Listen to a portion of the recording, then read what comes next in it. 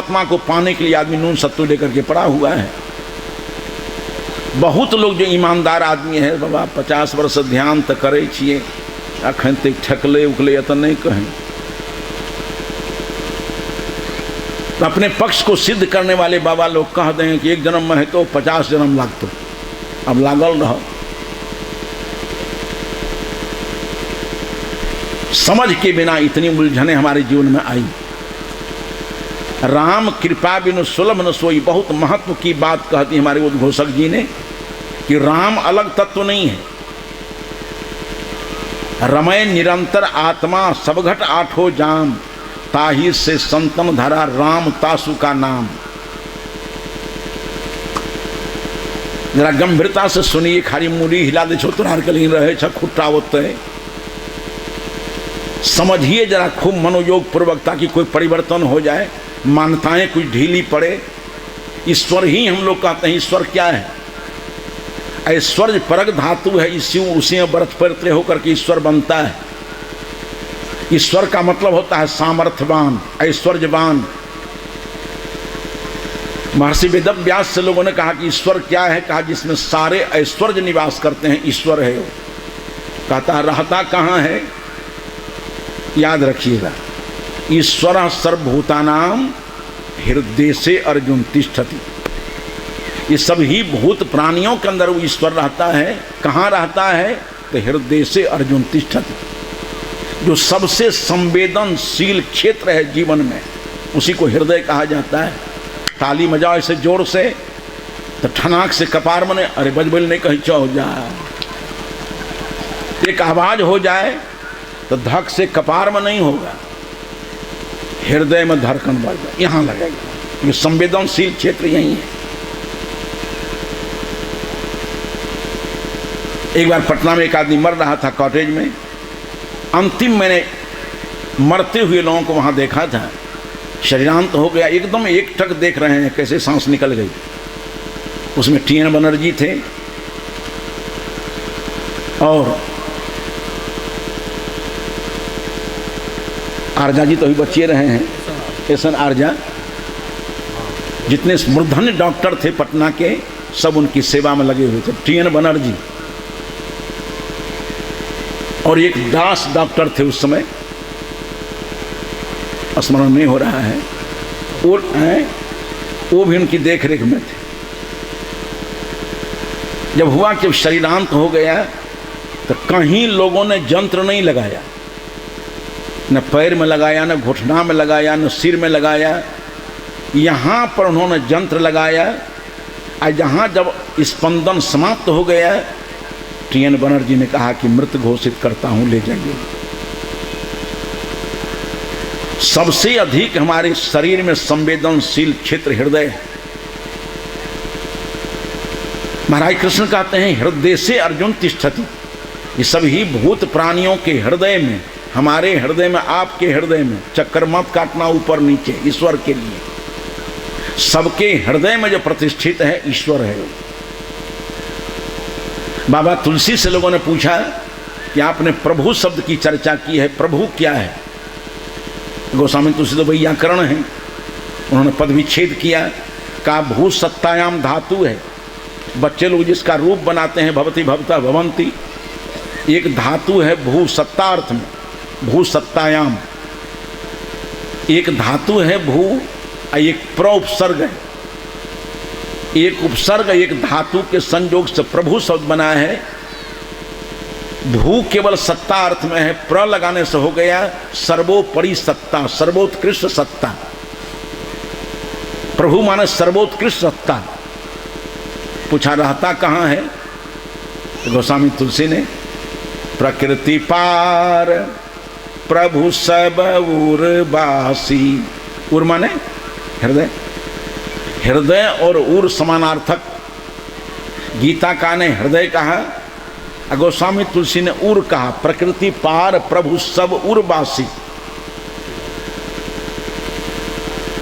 सबके उर नाम हृदय में बैठा हुआ है, प्रभु है। प्रकृति से परे है। थोड़ा सा चिंतन कीजिए, शरीर, इंद्रिय, मान, प्राण, बुद्धि, अंधकार, प्रकाश, शब्द, ये सब प्रकृति के स्थूल और सूक्ष्म विस्तार है। घबराइएगा नहीं, विवेक करके देखिए। जैसे शरीर जड़ है, प्रकृति जड़ है, ये शरीर जड़ है, इसमें आत्मा चेतन है। चेतन के संयोग में शरीर चेतनवद भास रहा है। आंख में देखने की शक्ति नहीं है, कान में सुनने की शक्ति नहीं है। आंख देखती नहीं है, कान सुनते नहीं है। उपनिषद के ऋषि ने कहा जत श्रोते न शृणोति, जत श्रोत्रेन न शृणोति येन श्रोत्रमिदं श्रुतम। जो कानों के द्वारा सुना नहीं जाता है, जिसकी सत्ता में ये कान सुनते हैं। जो आँखों के द्वारा देखा नहीं जाता, जिसकी सत्ता में आँखें देखती हैं। जनमनसा न मनुते, जो मन के द्वारा मनन नहीं किया जाता है, जिसकी सत्ता में मन मनन करता है। तदे ब्रह्मत्वं विद्धि। यहाँ तो ईश्वर ईश्वर चल रहा था, प्रभु चल रहा था। उपनिषद के ऋषि ने कहा क्योंकि वहाँ राम की चर्चा नहीं, संपूर्ण उपनिषद में राम नाम कहीं नहीं। वहाँ प्रकृति है, पुरुष। संपूर्ण वेदों में कृष्ण को खोजे कहाँ मिलेगा? संपूर्ण उपनिषदों में राम को खोजे कहाँ मिलेगा? आत्मा मिलेगा, परमात्मा मिलेगा, ब्रह्म की चर्चा है। तो जहाँ गीताकार ने इसको ईश्वर कहा, रामायणकार ने प्रभु कहा, उपनिषद के ऋषि कहता है कि जो आँखों के द्वारा देखा नहीं जाता, जिसकी सत्ता में आँखें देखती हैं। जो कानों के द्वारा सुना नहीं जाता, जिसकी सत्ता में कान सुनते हैं। मन जिसका मनन नहीं कर सकता है, जिसकी सत्ता में मन मनन करता है। तदेव ब्रह्मत्वं विद्धि, तदैव, उसी को तुम ब्रह्म समझो। जो हर शरीर में है वो ब्रह्म है, ईश्वर है।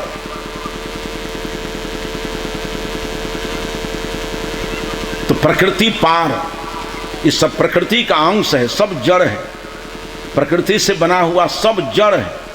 शरीर जड़ है, इंद्रियां जड़ है, मन जड़ है, बुद्धि जड़ है, प्राण जड़ है, अंधकार जड़ है, प्रकाश जड़ है, शब्द जड़ है। ध्यान लगाने वाले अंधकार को देखते हैं, अंधकार तो आपको नहीं देख रहा है। प्रकाश को आप देखते हो, प्रकाश तो आपको नहीं देख रहा है। शब्द को आप सुनते हो, श्रावक आप हो, श्राव्य है वो, शब्द आप नहीं। जो सुनने में आता है वो जड़ है, जो देखने में आता है वो जड़ है, जो जानने में आता है वो जड़ है। ये जड़ समुदाय है सब। शरीर, इंद्रिय, मान, प्राण, बुद्धि, अंधकार, प्रकाश, शब्द, ये सब बाह्याभ्यंतर को समझने वाला, जानने वाला आत्मा है। इसलिए भगवान कृष्ण ने गीता में कहा उपद्रष्टा। उपद्रष्टा कौन है? जो आंखें खोलता है तो विशाल पंडाल को देख रहा है, पंडाल के पीछे अनंत लोगों को देख रहा है, आकाश को देख रहा है, जलराशि समुद्र को देख रहा है, पेड़ पौधों को देख रहा है, अपने पराये की देहों को देख रहा है। वही जब आंख बंद करता है अंधकार को देख रहा है, प्रकाश को देख रहा है, शब्द को सुन रहा है। अब वो देखने सुनने वाला चेतन निकल जाए, अंधकार कहाँ गया? प्रकाश कहाँ गया? शब्द कहाँ चला गया? प्रकृति का विकार था, प्रकृति में लीन हो गया।